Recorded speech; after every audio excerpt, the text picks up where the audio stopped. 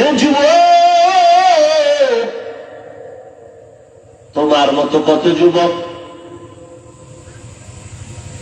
General লাইনে থাইকাও আখিরাতের ময়দানে দৌড়াচ্ছে বারবার। স্কুলে পড়ে, কলেজে পড়ে, চাকরি করে, 5 বেলার নামাজ পড়ে, দাড়ি কামায় না। এরকম যুবক নাই? মিথ্যা বলবা না। তুমি পারো না কেন? ওয়াজ সারা জীবন শুনে লাভ কি? এই কথার জবাব দাও, আর জীবনে ওয়াজ লাগবে না। তোমার মতো যুবক যদি স্কুল কলেজে পড়ে, 5 বেলার নামাজ পড়ে, জবাব দাও তুমি পারো না কেন? আর ওয়াজের দরকার নাই, ওয়াজ তোমার এটাই যথেষ্ট। তুমি পারো না কেন? তোমার মতো যুবক র্যাব, আর্মি, পুলিশ, বিডিআরের চাকরি করে, 5 বেলার নামাজ পড়ে, দাড়িওয়ালা, সত্য বলো আছে না নাই? বিবেকটা দিয়া জবাব দাও তুমি পারো না কেন? ও আমার কলিজার যুবক, তোমার মতো যুবক টাকায় দেখো রাস্তায় গাড়ি চালায়, ড্রাইভারি করে, 5 বেলার নামাজি, দাড়িওয়ালা আসেনি। তোমার বিবেক দিয়া জবাব দাও তুমি কেন পারো না? তোমার কপালে কার বরদোয়া লাগছে? তোমার উপরে বুঝি আমার আল্লাহ বেজার হয়ে গেল নাকি? আমি হুজুর হইতে বলছি, আমি হুজুর হইতে বলি নাই, হুজুর বানাইতেও আসি নাই। বাংলাদেশে হুজুর অনেক বাইরে গেছে, হুজুর লাগবে না। আমার দেশে এখন হুজুরের অভাব নাই, আদর্শবান ডাক্তারের অভাব, আদর্শবান ইঞ্জিনিয়ারের অভাব, আদর্শবান বিসিএসপি, এমপি, মন্ত্রীর বড় অভাব। আজকে যদি আমার দেশের প্রত্যেকটা থানা, জেলার ওসি, এসপিডিসি যদি আদর্শবান নামাজি হতো, জমিনের মধ্যে কোরআনের বয়ান চলতো, কোন মাস্তান বাধা দেওয়ার চিন্তাই করত না।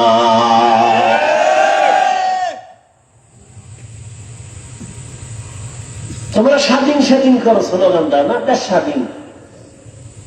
দেশ স্বাধীন হলে চট্টগ্রামে আইনজীবীর গলায় ছুরি চালানো হয় কেন? দেশ স্বাধীন হলে বাড়িঘরে আগুন লাগে কেন? দেশ স্বাধীন হলে বক্তার ওয়াজে বাধা কেন এখনো? আলহামদুলিল্লাহ আমারটাই দিতে পারে না, আমি তো ওপেন ঘোষণা দিছি, যারা ওয়াজে বাধা দিব ওদের নাম লিস্টি করে আমাকে দাও এবং কি বলতে চাই রেকর্ড করে ফেলো। ওই জালেমের বিরুদ্ধে আমি আবার নতুন ভাবে বাংলাদেশে আন্দোলনের ডাক দিব। নতুন ভাবে আন্দোলন হবে সমস্ত জালেমের বিরুদ্ধে। চরমনের মাঠে বলে আসছি না, 2 গরুয়ে ধান খায়, মালিককে ব্যাট দিয়ে একটার উপরে বাড়ি মারছে আর একটা দৌড় দিছে। মালিককে তোরে তো বাড়ি দিলে দৌড় দাও কেন? এর পরের সিরিয়াল আমার। হ্যাঁ, কারো বিপদে লাফাইও না, নিজেও গাঁটটি রেডি রাখো। আলেমদের সাথে বেদবি করবা, গাঁটটি রেডি রাখো।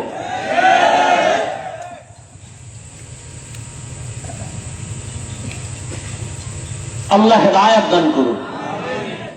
মসজিদে রাজনীতি চলবে না, খুব মজার কথা। ইমাম সাহেব থাকতে হবে নিরপেক্ষ, খুব সুন্দর কথা। কমিটির লোক কেন রাজনীতি হয়? ইমামকে নিরপেক্ষ রাখতে হলে কমিটির ব্যক্তিদেরকেও নিরপেক্ষ থাকতে হবে।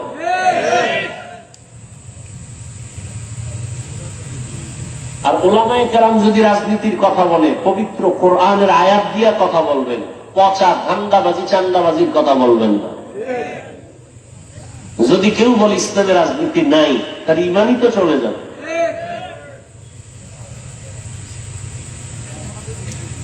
এই কথা শিখায় কারা?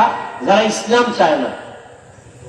কারণ সবাই জানে ইসলাম ছাড়া শান্তি নেই, সবাই জানে, বুঝে, কিন্তু ভয় ইসলাম আসলে চোরের চুরি আর চলবে না, এই জন্য ভয়। আজকে সৌদি আরব এত বড় ইসলামী স্টেট, ইসরায়েলের মধ্যে যে হামলা মুসলমানের উপর ওরা চালায়, ফিলিস্তিনের জমিনে, ভারতের জমিনে, আসামে, এই পরিমাণ অত্যাচার, ইসলামের দৃষ্টি বাদ দেন না, মানবতার দৃষ্টি কোথায়? বেঈমান কথা বলবে দূরের কথা, মুসলমানেরাও চুপটি করে বসে আছে। কথা ঠিক নেই? আমরা যে একটু চিল্লাই, হুজুর গো ধাক্কায় চিল্লাই, ইমানের ভাবার তো নেই।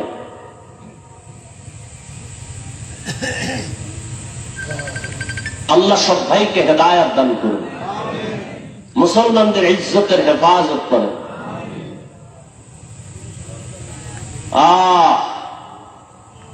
বাংলাদেশের মানুষ মনে করে আমরা তো নিরাপদে আছি, মায়ের কোলে, কোনো টেনশন নাই। ঝড় তুফান যদি শুরু হয়ে যায় আর ফিরবে না।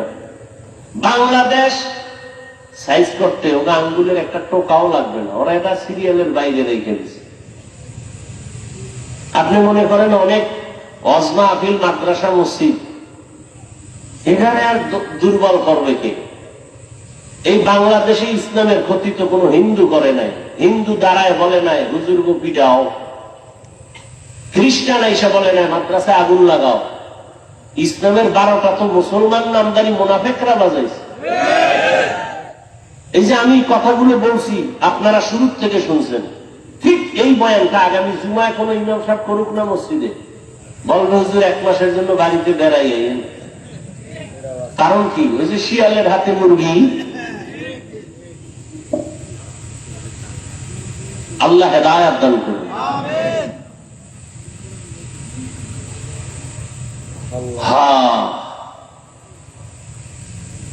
পরকাল জিন্দেগির জন্য কি হিসাব মিলাও রে বাবা?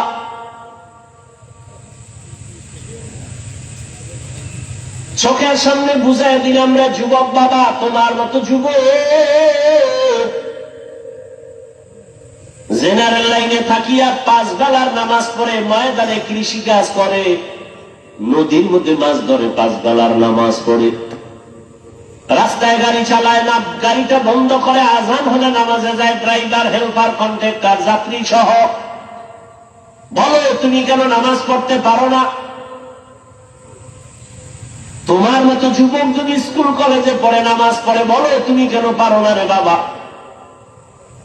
ঢাকা কলেজের খবর নাও, জাহাঙ্গীরনগরের খবর নাও, ওখানের পড়ুয়া তোমার মতো সন্তান কলেজে ক্লাস করে, মাথায় পাগড়ি, বড় দাড়ি, বড় জামা, মনে হয় পেছন থেকে তাকাইলে বড় মসজিদের কোন খতিব। জিজ্ঞাসা করি বাবা তুমি কোন মসজিদে জুমা পড়াও? না আমি তো আরবি পারি না। করো কি? বলে ঢাকা কলেজে আমি অধ্যয়নরত অবস্থায় আছি। কলেজে ক্লাস করে এই অবস্থায় টুপি দাড়ি নিয়ে বলে হ্যাঁ সমস্যা, বলে সমস্যা নাই, কলেজের সব টিচার আমার জন্য দোয়া করে। তোমার ক্লাসে মাইয়া বলা নায়িকা আছে, মাঝে মাঝে পার্কে আনন্দ মিছিলের ডাকে, না বলে ডাকে। আমি না বলার আগে আমার ক্লাসের কিছু মেয়েরা বলেও আল্লাহর পথে আছে, ডিস্টার্ব করিস না, আমরা চল। ওকে ডিস্টার্ব করার দরকার নাই। ও যুবক, তোমাকে আমি পাগড়িওয়ালা টুপিওয়ালা হতে বলি না, তুমি স্কুলে পড়িও, ডাক্তার হও, ইঞ্জিনিয়ার হও, প্রফেসর হও, কিন্তু আমার দাবি একটাই হলো বেয়াদব হইও না রে বাবা। বলবা হাফিজ ভাই বেয়াদব হব না, তার ব্যাখ্যা 3 জায়গায় বেয়াদবি করবা না, করলেই তোমার মরার আগে জীবন শেষ। মরবি না, এত তাড়াতাড়ি দুষ্টুগুলি মরবে না। ওরা মায়েরে জ্বালায়, বাবারে জ্বালায়, হুজুরের জ্বালায়, শিক্ষকের জ্বালায়, আলেমকে জ্বালায়, এবার ও জ্বলবো না? ও কিডনি যাইব, লিভার যাইব, বিছনায় শুয়ে শুয়ে কানতে কানতে কানতে কানতে ওর জীবন শেষ শেষ। এত তাড়াতাড়ি আল্লাহ নিবে না, ওরে জ্বালাইয়া এরপরে নিবে। যারা বেয়াদবি করে মা বাবার সাথে, এটি তাড়াতাড়ি মরবে না তো। মা বাবার সাথে বেয়াদবি করা যাবে না, কারণ জীবনের সফলতার বড় চাবি মা বাবার দোয়া। এই চেয়ারে বসছি আল্লাহর কসম, মা বাবার চোখের পানি দোয়া না থাকলে এখানে বসা যাইতো না রে বাবা। তবে আমার আব্বা আম্মা দোয়া করেছেন, কান্না করেছেন, আল্লাহ সম্মান দিছেন, তবে আমাকে মা বাবা হাতে ধরে আমাকে বয়ান শিখান নাই, দস্তখত শিখান নাই।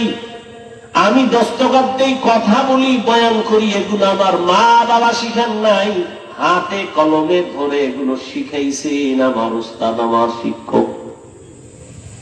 অতএব শিক্ষকের সাথে যদি বেয়াদবি করো রে ছাত্র, জীবনের লেখাপড়ার দরজা থেকে তুমি ধ্বংস হয়ে যাবে। বহু রাস্তায় মাঝে মাঝে পাগল দেখি, অর্ধুলাঙ্গ পাগল, ইংলিশে কথা বলে, আরবিতে কথা বলে। পাগল আবার ইংলিশ কেন কয়? পাগল ইংলিশ বলে না, বরং ইংলিশ পড়নেওয়ালা ছাত্রটাই বেয়াদবি করে পাগল হয়ে গেছে। বানায় বলতেছি, এরকম পাগল দেখছো? আরবিতে কথা বলে অথচ পাগল। হিসাব করে দেখলাম বেয়াদবি করে পাগল হয়ে গেছে। এই জন্য মা বাবার বরদোয়া বড় কঠিন, শিক্ষকের বরদোয়া কঠিন। 3 নাম্বার, উলামায়ে কেরাম মুরব্বীদের সাথে বেয়াদবি করলে জীবন ধ্বংস, চরিত্র ধ্বংস হয়ে যাবে। কোনদিন কোন মা বাবা সন্তানের জন্য বরদোয়া করে না, লিখে রাখো ভালো করে। কোনদিন কোন শিক্ষক ছাত্রের জন্য বরদোয়া করে না। কোন আলেম কোনদিন কোন উম্মতের জন্য বরদোয়া করে না। বরদোয়াটা এসে যায় তোমার আচরণে কষ্ট পায় যদি মা বাবা বলে আহ, বাস এতটুকুই যথেষ্ট তোর কপাল পড়ার জন্য। তোমার আচরণে কষ্ট পেয়ে যদি শিক্ষক বলে আহ, তোমার কপাল পুড়তেই নিঃশ্বাসটাই যথেষ্ট। আল্লাহ হেদায়াত দান করুন। সব কিছুর মূলে এত বয়ান, এত বয়ান, এত বয়ান। ও যুবক বাবা মুসলমান, তোমাকে বয়ান করবো কেন? আজকে তো বয়ান করার প্রয়োজন। ওলামায়ে কেরামের চট্টগ্রামের পাহাড়িয়া জঙ্গলের ভেতরে খ্রিস্টান মিশনারিরা ভেজাল করে। আজকে তো ওলামায়ে কেরাম বেশি বেশি বয়ান করবেন, পঞ্চগড়ে টাকা দিয়ে কাদিয়ানি বানায়। কিন্তু এক সেকেন্ড পঞ্চগড়ে যাওয়ার সময় নাই, 12টা মাস দিন নাই রাত নাই, গাধার মতো দৌড়াই সারা দেশে। পায়ে ধইরা ধইরা বয়ান করি, একজনকেও বলি না আমার দলে আসো। পাও ধরে ধরে ধরে ধরে বিনয়ের সাথে বয়ান করি। ও মা বোনেরা, ও বাবাজিরা, ও বৃদ্ধ বাবাজি, ও যুবক বাবারা, আমি পাঁচকল্লি পড়েছি, তোমরাও পড়ো, একবারও বলি না। আমি কওমি মাদ্রাসায় লেখাপড়া করেছি, তোমরাও কওমিতে যাও, একবারও বলি না। আমি পীর সাহেবদের মুরিদ, তুমি পীরের কাছে যাও, একবারও বলি না। আমি তাবলীগের লাইনের সন্তান, তুমিও তাবলীগে যাও, বলি না। কি বলি বাবা? মা বাবার দোয়া নিয়ে চলো, শিক্ষকের নেক নজর লাগায় চলো, উলামায়ে কেরামের দোয়া নিয়ে আগাও। ডাক্তার হবা তো সম্মানের ডাক্তার হও, ইঞ্জিনিয়ার হবা দেশব্যাপী সম্মানিত ইঞ্জিনিয়ার হও, প্রফেসর হবা তো দেশ জোড়া সম্মানের প্রফেসর হয়ে যাও। এমন ডাক্তার আমার দেশে আছে যে বিদেশওয়ালারাও তাকে হায়ার করে নিয়ে যায় টাকা চিকিৎসার জন্য। এটা সম্মান না? আল্লাহ তোমারে পারে না? পারে না? মা বাবার সাথে বেয়াদবি করো, আরো আগে বাড়বে। লিকুল্লি শাইইন যিনাতুন ফিল ওয়ারা ওয়া যিনাতুল মারই তামামুল আদাবি আজ খোদা কা হিম তৌফিক আদব বেআদব মাহরুম গাশত আজ ফজলে রা। সব কথার মূলে আল্লাহর ভয় নাই। যদি আল্লাহর ভয় থাকতো, ওরে ভাই আপনারাও মুসলমান, আমিও মুসলমান। খেয়াল করেন, কষ্ট হয়? আপনাদের আল্লাহ, আমার আল্লাহ দুইজন। জবান খুলে বলেন কয়জন? আপনাদের নবী, আমার নবী বলেন। আপনাদের কোরআন, আমার কোরআন। আপনাদের কাবা, আমার কাবা। আপনাদের কালেমা, আমার কালেমা। আপনাদের ধর্ম, আমার ধর্ম। আপনি আমি দুনিয়াতে আছি সিস্টেম। বিদায় বেলা কাফনের সংখ্যাও, আমাকেও 3টা কাফন দিবে, আপনাকেও 3টা কাফন দেয়া হবে। মা বোনদের 5টা কাফন দেয়া হবে, কালার হবে আলাদা। কি হুজুরদের কালার একরকম, আপনাদের কালার আর একরকম। আমি এত বড় বক্তা, আপনি এত বড় টাকাওয়ালা, এই কারণে কেউ সম্মানে একটা কাফন বাড়াইয়াও দিবে না। রিক্সা ড্রাইভার মরে গেছে, গরিব হওয়ার কারণে একটা কাফন কমাইয়াও দিবে না। আমাকেও যেই কাফন 3টা, আপনাকেও সেই কাফন দেয়া হবে। কালারও হবে এক, কাফনের উপরে লেখা থাকবে বড় লোকের লাশ, হুজুরের লাশ। এত মাস্তানি লাভ কি? আজ আমি বক্তা, আপনি শ্রোতা, আপনি বড় ডাক্তার, আমি রোগী, আমি ইমাম, আপনি মুক্তাদি। এত ভাব, টাকার গরম, ক্ষমতার গরম, এলেমের গরম। সাদা কাফনের মধ্যে যেদিন ঢুকবা ওই দিন সব বাহাদুরি বন্ধ হয়ে যাবে। সাদা কাফনে ঢোকার পরে কে ধনী, কে গরিব, কে আলেম, কে মূর্খ, কে ইমাম, কে মুক্তাদি কোনো লেখা থাকবে না। সব একাকার হয়ে যাবে। এত বাহাদুরি কবরে যাওয়ার আগেই দেখো সাদা কাফনের প্যাকেট হওয়ার মাত্রই বাহাদুরি বন্ধ হয়ে গেল। কিসের এত বাহাদুরি? কই টাকাওয়ালা 3 কাফনের প্যাকেট হয়ে যাবে। কোটি টাকার মালিক দেখো অভাব হয় না দূর, গরিবি ঘুমায় আরাম করে মনটা বাহাদুর। ফেরাউনের লাশটা দেখো মিশর জাদু ঘরে, খায় না মাটি পোকা মাছি সবাই ঘৃণা করে।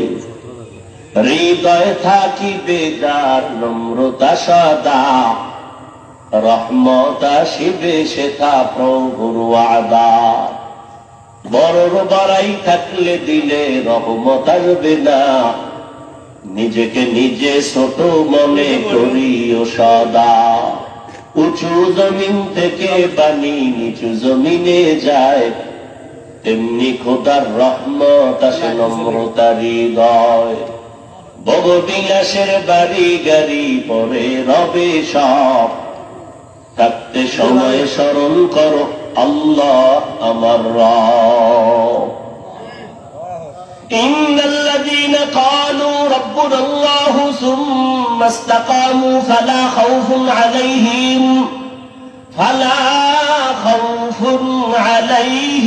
ولا هم يحزنون।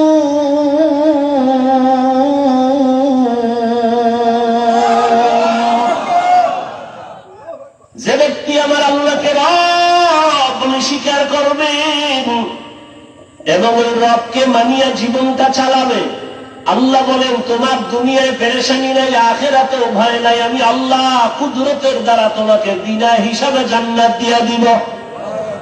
আতিনা ফি দারে দুনিয়া না হাসান, আতিনা ফি দারে উকবা না হাসান, ইয়া গিয়াসাল মুস্তাগীসিন ইহদিনা লিফতিখারা بالعلوم والغنى। ہر گوری دینے کو تو تیار ہے، جو نہ مانگے اس سے تو بیزار ہے۔ আপনারাও মুসলমান, আমিও মুসলমান। আপনার আমার আল্লাহ এক, নবী এক, কোরআন এক, কাবা এক, ধর্ম এক, কালেমা এক। দুনিয়াতে আসছি তাও এক, কাফনের কালার এক, সংখ্যাও এক, কবরের সাইজও হবে না। আপনাদের এলাকার কবর 1 হাত বড়। কবরে রাখার পরে কবরের প্রশ্ন করা হবে কয়টা? 3টা, তাও এক। আমাকেও যেই প্রশ্ন, আপনাকেও সেই প্রশ্ন। রবের পরিচয় দাও, ধর্মের পরিচয় দাও, রাহমাতুল লিল আলামিনের পরিচয় দাও। আপনিও মুসলমান, আমিও মুসলমান। আপনার আমার আল্লাহ এক, নবী এক, কোরআন এক, কাবা এক, ধর্ম এক, কালেমা এক। অথচ আপনাকে পাও ধরে বয়ান করা লাগবে কেন? বরং বয়ান করার পরেও তো দেখি আমি টুপি খুলতে চাই না। আপনি কেমন মুসলমান যে টুপি দিতে চান না? আমি পাও ধরে ধরে বলি ভাইজান দাড়িটা লম্বা করেন, আমি দাড়ি কাটতে চাই না। আপনি কেমন মুসলমান যে দাড়ি রাখতে চান না? আমিও মুসলমান, আপনিও মুসলমান। আমি মসজিদে না ঢুকলে লজ্জা পাই। আপনি কেমন মুসলমান যে মসজিদে ঢুকতে গেলে লজ্জা পান? আমিও মুসলমান, আপনিও মুসলমান। আমি বেপর্দায় চলতে গেলে লজ্জা পাই। আপনি কেমন মুসলমান যে পর্দা করতে গেলে লজ্জা পান? কপাল বুঝি পুড়িয়ে গেছে রে যুবক। এত কপালটা যদি পুড়িয়াই যায়, আমি হাফিজুর রহমান কেন, মক্কা মদিনার ইমাম কেন, স্বয়ং রসুলেও যদি বয়ান করে কপাল খুলবে না। যেই রসুলকে একটা নজর দেখা মাত্র জাহান্নামের আগুন হারাম হয়ে যায়, কেমন মায়ার নবী চিনলি না যুবক? যেই মায়ার নবীর চেহারা মোবারক এত সুন্দর, যেই রহমতের নবীকে এক নজর দেখলে পেটের ক্ষুধা থাকে না, কেমন মায়ার নবী! যেই রহমতের নবীকে একটা নজর দেখার জন্য গর্তের পিপিলিকা কান্না করে, কেমন মায়ার নবী আমার! যেই রহমতের নবীকে দেখার জন্য গর্তের সাপ অপেক্ষা করে, রহমতের নবীরে দেখবেন, কেমন মায়ার নবী আমার! রহমতের নবী রাস্তা দিয়ে যখন হাঁটে, দুই পাশের গাছগুলো নত হইয়া নবীর সালাম দেয়। রহমতের নবী যখন রাস্তা দিয়ে হাঁটে, জঙ্গলের প্রাণীরা বারবার আমার নবীর সালাম জানায়। নবীজি খেজুর গাছের সাথে ট্যাক লাগায় খুতবা পড়েন। কিছুদিন পরে সিদ্ধান্ত নিলেন, না, এটা বাপ নতুন একটা খুতবা দেয়ার মিম্বর বানাবে। বুখারী শরীফের ইবারত, খেজুর গাছ কান্না শুরু করছে। সাহাবায়ে কেরাম বলেন, মানুষের কান্নার মতো খেজুর গাছ থেকে, মরা খেজুর গাছ থেকে কান্নার আওয়াজ। রহমতের নবী বলেন, খেজুর গাছ কেন কাঁদে? আমি কি দোয়া করবো তুই জিন্দা হবি, তোর কাছে খেজুর হবে, উম্মতেরা খাবে। খেজুর গাছ বলে, না ইয়া রাসূলুল্লাহ, এই দোয়া চাই না। কেন কাঁদো? বলে, আপনার বিরহের বেদনায় কান্না করি। কি চাও? বলে, এখানে জানাজা পড়ায় দাফন করবে, হাসরের ময়দানে আপনার সাথে জান্নাতে থাকতে চাই। নবী উস্তুনে হান্নানা আজহাজ রে রসূল নালামি জাদ হাম চুয়ার বাবুকু। রহমতের নবীর জন্য জঙ্গলের প্রাণীরা, নদীর মাছ এতটাই পাগল। কপাল খারাপ, আমরা মুসলমান হয়ে সেই নবীরে চিনতে পারলাম না। এরে নবীরা আশেক, রহমতের নবীর শরীর মোবারকে মশা মাছি পড়া হারাম। আম্মা জান আয়েশা রাদিয়াল্লাহু আনহা বলেন, নবীর শরীর মোবারকের ঘাম আমি বোতলে ভরে রাখতাম, আতর হিসাবে আমরা নবীর ঘাম ব্যবহার করতাম। কেমন রহমতের নবী আমার! আজও সেই নবী মদিনাতুল মুনাওয়ারা জিন্দা নবী, উম্মতের মায়ায় কান্না করে। এর নবীর উম্মতের দল আজ আমার নবীর বিরুদ্ধে এত অত্যাচার, এত ষড়যন্ত্র, মুসলমানের উপরে হামলা শুধু কালেমার কারণে, রহমতের নবীর উম্মত হওয়ার কারণে না হয় ফিলিস্তিনের মুসলমানের অন্য কোনো অপরাধ নেই। তুমি আজকে 3 বেলা খানা খাও, কত আরামে ঘুমাও। ফিলিস্তিনের মুসলমান রমাজান গেল, সাহারি খেতে পারে না, ইফতারি নাই।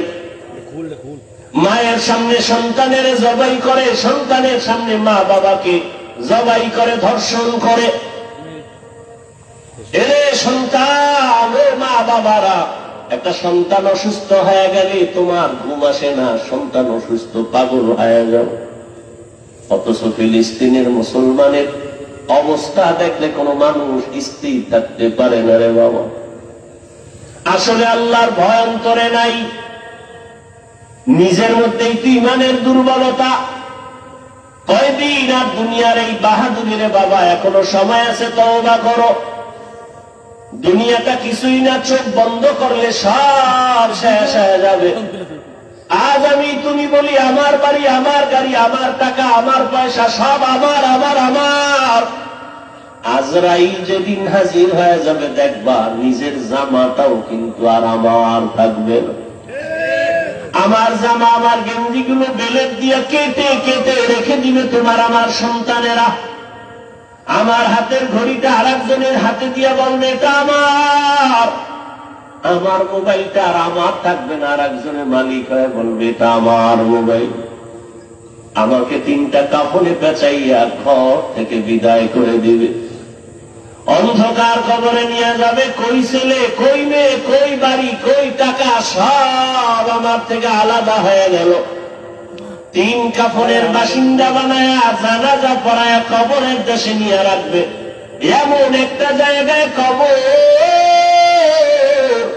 যেখানে দিনের বেলাও যাইতে সবাই ভয় পায়। বাঁশবাগান বাড়ির পেছনের অংশ, ওখানে কেউ যায় না, সাপ বিচ্ছু থাকার গর্ত। কবরে রাখিয়া সবাই চলে যাবে, আর খবর নিবে না। তবে হ্যাঁ, যদি কিছু নেক আমল করে যাও, ভালো সন্তান রেখে যাও, কোরআন পড়নেওয়ালা, মাদ্রাসা মসজিদ রেখে যাও, আলেম ওলামা বানায় রেখে যাও, এদের দোয়া চলবে কবরে। তাও যদি না থাকে, কবরে আর কিছুই যাবে না রে বাবা। রহমতের নবী আম্মা জান আয়েশা বলেন, আমার হুজরায় বসে নবী গুনগুন করে কান্না করেন। আমি জিজ্ঞাসা করতাম, ইয়া রাসূলুল্লাহ, আমি আয়েশার কোন বেয়াদবির কারণে আপনি কান্না করেন? কয় না না, তো কেন আপনি কাঁদেন? আম্মা জান আয়েশার জবাবে রহমতের নবী বলেন, হাসরের ময়দানের ভয়ঙ্কর হালাত আমার যখন মনে পড়ে চোখের পানি ধরে রাখতে পারি না রে আয়েশা। হাসরের ময়দানটা কত যে ভয়ঙ্কর, আমার উম্মতের কি হালাত হবে আয়েশা। আম্মা জান বলেন, কেমন হালাত? নবীজি বলেন, হাসরের ময়দানে নারী আর পুরুষগুলো উলঙ্গ, সবাই উঠবে। নারীরা উলঙ্গ, পুরুষেরা উলঙ্গ দাঁড়াবে। সূর্যটা মাথার উপরে নেমে আসবে। সূর্যের গরমে জমিনটা তামা হয়ে যাবে। নাফরমানদের মাথার মগজগুলো ভাতের মারের মতো ফুটতে থাকবে। ওদিকে জাহান্নামের আওয়াজ, জাহান্নাম চিৎকার দিয়া বলবে, ও দয়ার মালিক, বেনামাজি গুলো কই? নাফরমান গুনাহগার গুলো আমার পেটে দাও। নবী বলেন, ওদিকে আমার আল্লাহ রাগান্বিত আওয়াজ দিয়া ফেলবেন, কুদরতের আওয়াজ দিবেন, বড় ভয়ঙ্কর আওয়াজ, লিমানিল মুলকুল ইয়াউম লিল্লাহিল ওয়াহিদিল কাহ্হার। নবীজি বলেন, আমার আল্লাহ এতটা রাগান্বিত কুদরতের আওয়াজ দিবেন যে হাসরের ময়দানটা থরথর করে কেঁপে উঠবে। জাহান্নামের আওয়াজ, এমন অবস্থা হবে যে নবীদের কোনো গুনাহ নাই, সে নবীরাও কান্না শুরু করবেন। আদম আলাইহিস সালাম কান্না করবেন, মূসা নবী কাঁদবেন, ঈসা নবী কান্না করবেন, ইব্রাহিম নবী কান্না করবেন, নূহ নবী কান্না করবেন। উম্মতেরা পাগলের মতো দৌড়াবে, কোথায় যাবে একটু পরিত্রাণ পাওয়ার জন্য। আদম নবীও বলবে, আমি পারবো না, যাও, কোন উম্মতের সুপারিশ করতে পারবো না। মূসা নবীও তাড়ায় দিবেন, ঈসা নবী তাড়ায় দিবেন। সর্বশেষ রহমতের নবী বলেন, আয়েশা, উম্মতেরা পাগলের মতো হয়ে যাবে। এক পর্যায়ে তারা আমি মুহাম্মদের তালাশ করতে থাকবে। আম্মা জান বলেন, ইয়া রাসূলুল্লাহ, উম্মতেরা ওই কঠিন সময় আপনাকে কোথায় পাবে? মায়ার নবী কাঁদেন আর বলেন, আয়েশা, ওই কঠিন সময় আমি একমাত্র আমার রবের সামনে সিজদায় পড়ে মাকামে মাহমুদে কান্না শুরু করব। মূসা নবী কাঁদবেন নিজের জন্য, ঈসা নবী কান্না করবেন নিজের চিন্তায়, আদম নবী কাঁদবেন নিজের চিন্তা, আর আমি মুহাম্মদ কান্না করব। একবার বলবো না আমার কথা, আমি বারবার বলবো, আমার উম্মতের কি উপায়? আমি আমার মাওলাকে বলবো, আমার উম্মতের খবর কি? আমার একটা উম্মত যেন জাহান্নামের আগুনে দাও যায়, জাহান্নামের একটা সেকেন্ডের গরম সহ্য করতে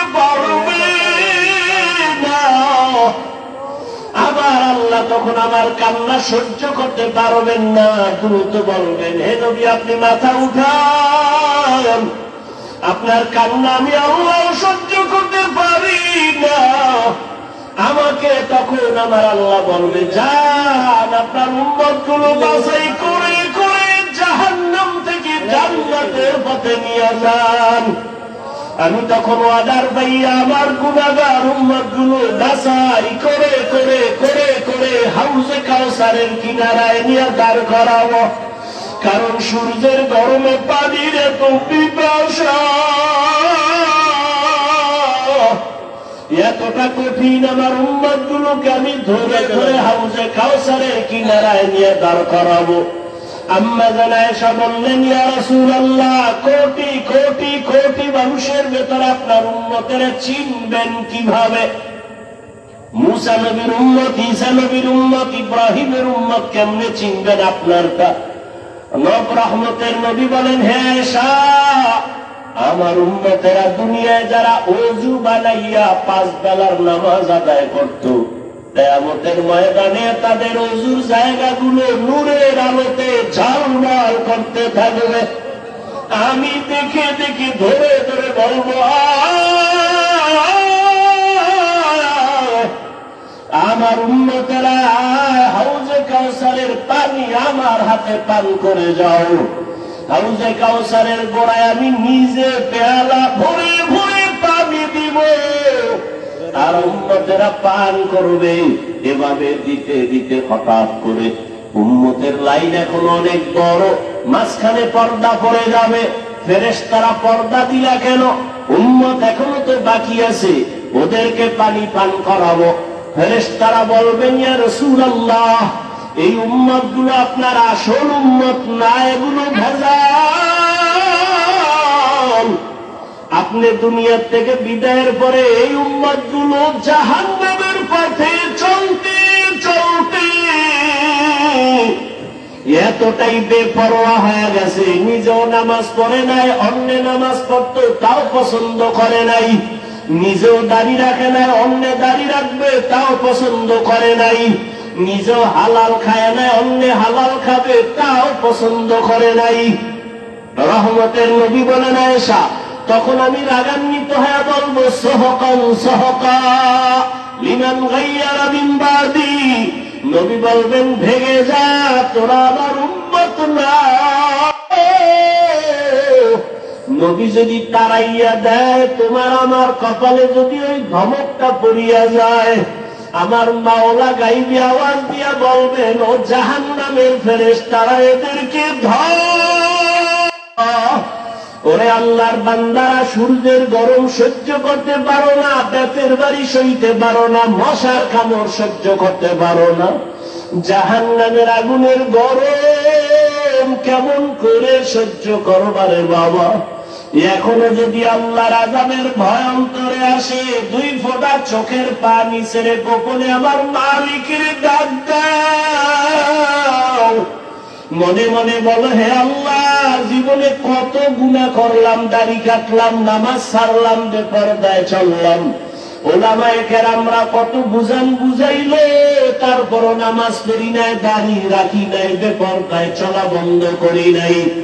আজকে থেকে তৈরি হয়ে গেলাম, আর নামাজ ছাড়বো না, বেপরদায় চলবো না, দাড়ি কাটবো না, মা বাবারে কষ্ট দিয়া বদদোয়া নিব না, ওলামায়ে কেরামের দোয়া নিয়া, শিক্ষকের দোয়া নিয়া নবীর তরিকা মেনে চলবো রে বাবা। হেদায়েতের মালিক আমার আল্লাহ।